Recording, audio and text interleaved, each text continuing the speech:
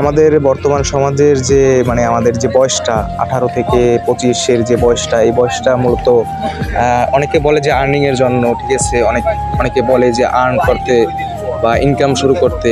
কিন্তু আমার দিক দিয়ে আমার মনে হয় যে টাকা কামানোর পাশাপাশি তুই নিজেকে নিজের সময় দেওয়া প্রয়োজন।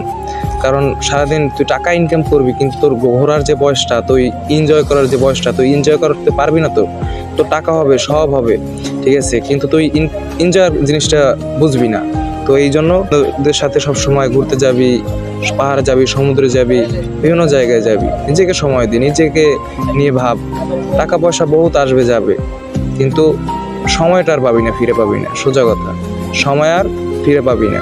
তো একটাই কথা, টাকা কামা। এই বয়সে টাকা প্রয়োজন, অপ্রয়োজনীয় কিছু না যে টাকা প্রয়োজন না বা কিছু। টাকা প্রয়োজন, টাকা কামানোর পাশাপাশি নিজেকে সময় দে, নিজের পিছনে ব্যয় কর।